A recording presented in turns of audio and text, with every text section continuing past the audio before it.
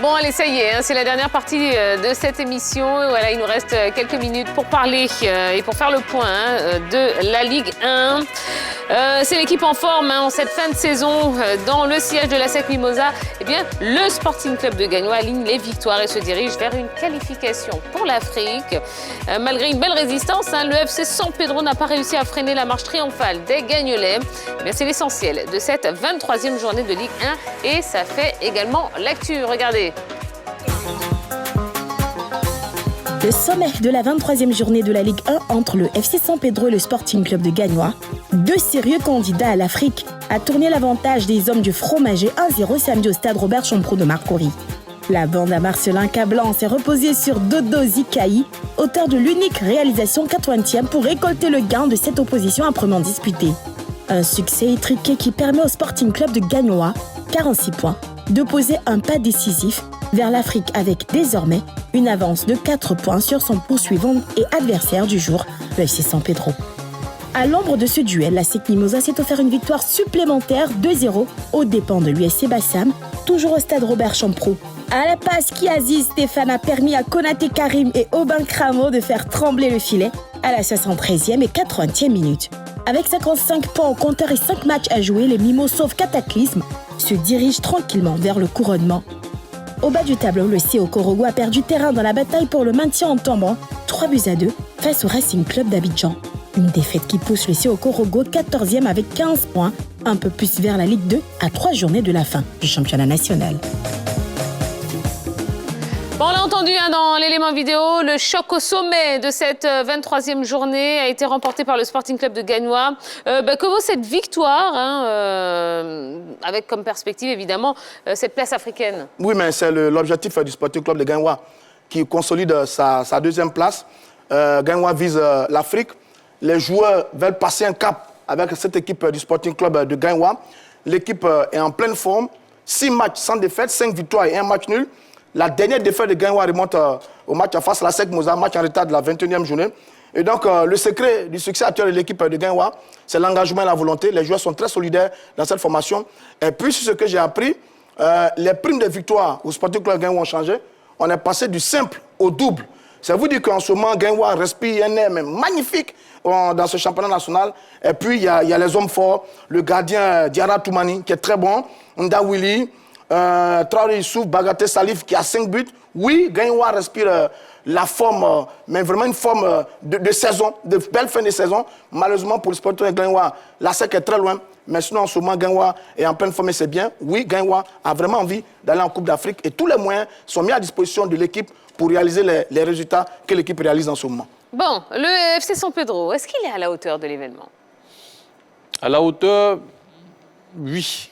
Oui, mais ça a été un faux pas du FC San Pedro face à Gagnoa. Il faut rappeler que c'est la première fois, c'est l'une des rares fois que Gagnoa bat l'équipe de San Pedro depuis sa montée en Ligue 1.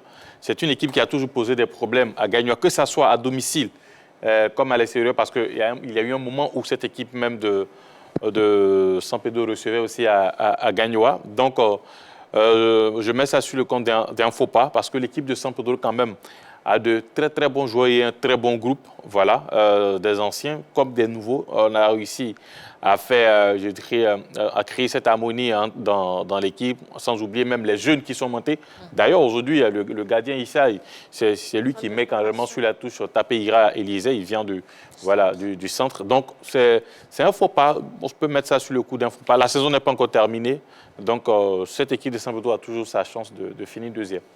La SEC Mimosa est à 1 point du sacre. Est-ce qu'on peut dire que ça y est, la messe est dite du côté des Mimos? Oui, ils ont plié la concurrence. Déjà, certains se plaignaient par rapport au planning des matchs de la SEC, surtout à la suite de leur participation à la Coupe CAF. Mais là, je crois que la SEC a su rattraper rapidement son retard du côté du championnat. C'est vrai qu'ils n'ont pas eu un très bon parcours du côté de la Coupe CAF. Mais là, ça se fait avec Aziz,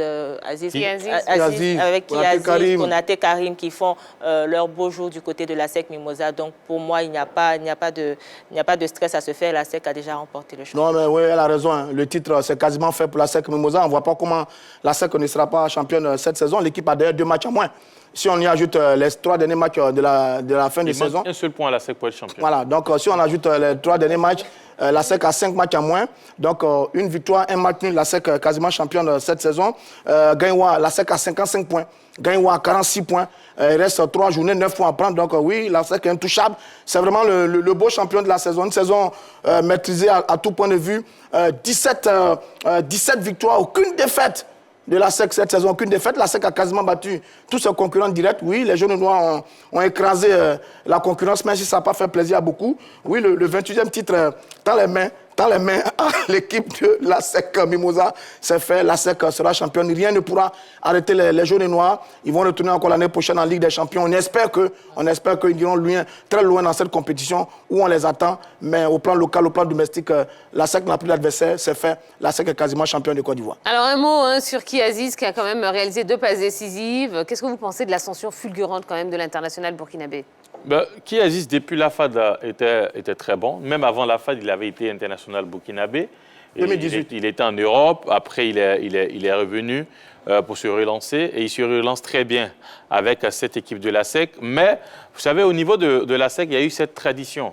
Dans les années passées, on a eu ce duo-là, Kalou Bonaventure et Zongo, un Ivoirien et un Burkinabé. Aujourd'hui, on a le même duo en Côte d'Ivoire dans cette équipe de la SEC, Ki Aziz et Konaté Karim. Ça fonctionne bien plutôt entre les 2 joueurs. La majorité des passes décisives de Ki Aziz sont pour Konaté Karim. Donc, les deux, en tout cas, les deux, il y a une très bonne entente. Malheureusement, tout ça va s'arrêter la saison prochaine. Bah oui, puisque Konaté Karim part, mais Ki Aziz, vous pensez qu'il va rester Mimosa ou pas? Alors, il est sollicité. Il est sollicité en Afrique. Déjà, hein, les rumeurs, on parle de Simba, on parle des clubs de l'Afrique du Nord. Maintenant, est-ce qu'une bonne proposition qui arrive sur la table de la SEC va maintenir ou va... Bon, là, on ne sait pas. Et puis, le joueur, il n'est pas très jeune. Il a 26 ans, 26 ou 27 ans. Donc, je pense qu'un autre challenge pour lui, avec aujourd'hui un bon aspect financier, peut le pousser à partir. Il a été buteur sur le dernier match des Étalons. Face à Eswatini 3-1, il a marqué le dernier but de... 5e minute. Voilà, le dernier but de Burkinabé. Il est très épanoui depuis ses convocations récentes avec la sélection. 5 buts, 5 passes au niveau du championnat, 10 buts, 6 pas décisifs, toutes compétitions confondues, avec son pied gauche. C'est un formidable joueur. Il a été international en 2018. Il a marqué un but dans un match amical et là, il revient. Ouais, Ki Aziz, vraiment, c'est une saison de toute beauté. Il n'y a que Konaté Karim et Koulibaly de Korogo qui peuvent lui faire de l'ombre sur cette saison. Mais sinon, Ki Aziz, c'est une pure merveille. Maintenant, va-t-il rester à la SEC? Bon, ça m'a posé la question à Maître Jonier un peu plus tard. Alors, une autre bataille, effectivement, c'est celle du meilleur buteur du championnat. Une bataille entre Konaté Karim et justement Abdoulkader Koulibaly du COK, tous 2 buteurs le week-end. Qui aura le dernier mot à votre avis? Je vois bien Konaté Karim finir meilleur buteur. Allez, rapidement, il reste 30 secondes. Oui, je le vois bien fini, mais il faut saluer le jeune cadet du COK parce qu'il fait un énorme travail. Jouer à Korogo, avoir des performances pareilles. Ah oui. C'est terrible. Encourageant. Alors, les deux n'évoluent pas dans le même système, ce n'est pas dans les mêmes conditions, mais dans ces conditions-là, voilà, il fait une très belle saison. Il risque de signer dans le plus grand club de la Côte d'Ivoire l'année prochaine. C'est lequel? L'Africa. D'accord, allez, on va regarder tous les résultats de cette 23e journée avec vous, Henri Jo. Alors, cette 23e journée a commencé le vendredi avec la victoire du Racing Club face au COK 3-2. L'US Bafing a été battu par Boaké en 0. Victoire du Sporting Club de Gagnoa face à l'équipe de San Pedro en but à 0. La FAD a battu l'équipe du Stella 3 buts à 1. Victoire de l'IGC Centra face à Sol FC 2-1. La SEC a dominé Bassam 2-0. Et puis cet après-midi, la SOA a battu l'équipe de l'Azida Bengrou 2 buts à 1.